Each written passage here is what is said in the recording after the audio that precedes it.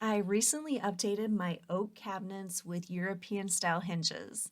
My cabinet doors are lipped, so I wasn't able to use just regular European hinges, and I also was not able to find a lot of information about this topic before I got started on my project.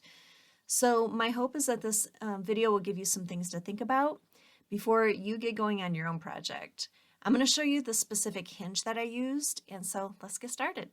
If you're new to my channel, my name is Dawn, and I've been working on this kitchen makeover for what feels like a really long time. I'm doing most of the work myself, but when it came to putting these hinges on, I knew that was going to be out of my skill set. So this is an area that I did pay my contractors to come in and do. And as you can see, I have oak cabinet doors, and again, they are lipped oak cabinet doors. Let's start by showing you the hinges that I used. And I'll put all this information below in the description box. Now this is called a super hinge. It's for a 3/8 inch lipped door and for other special applications. This is the mounting plate, which you have to buy separately. I also purchased the screws, which were sold separately. And this is optional, but I wanted them to be soft close. So I purchased these, which are also, you have to buy separately. And I have some thoughts about the soft close, which I'll talk about later on. And lastly, they used my Craig concealed hinge jig to make the holes for the hinges. My cabinets are framed, so that did create a bit of a challenge. The mounting plates needed to be placed back further than what the frame was. So we had to add a block behind every hinge. And as you can see, it does create an eyesore and it does take up a fair amount of space within your cabinet. I have this unique cabinet and it's on an angle. So it's created an unusual angle for the hinge and the hinge wouldn't work. So we had to change the way that the door opened. And as you can see, we blocked it from the other side and added the hinge from the other side. So we made it work, but I'll just have to go in and fill in the holes from where the handle was when it was on the other side. So just those things to think about if you have some unique situations. Let's take a look at my glass doors.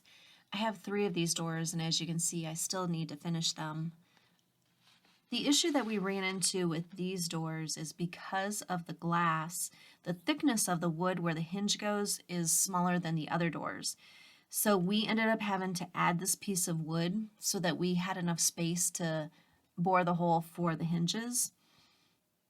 I'll probably need to have the glass recut because I don't think the original glass is going to fit in there since that took up some of our space.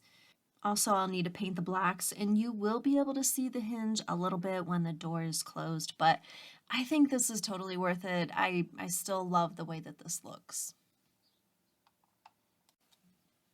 I have this under sink door, and the hinges worked perfectly for that.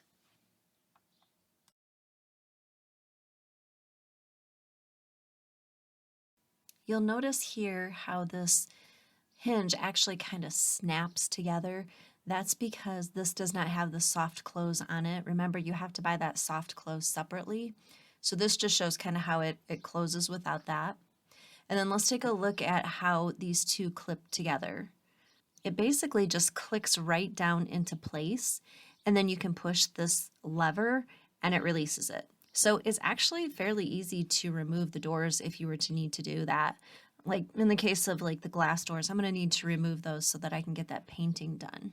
As far as how to put on the soft close adapter, I did not see how my contractors did that, so unfortunately I can't show you how to do that. One thing I have noticed is that the doors don't open as wide as they used to.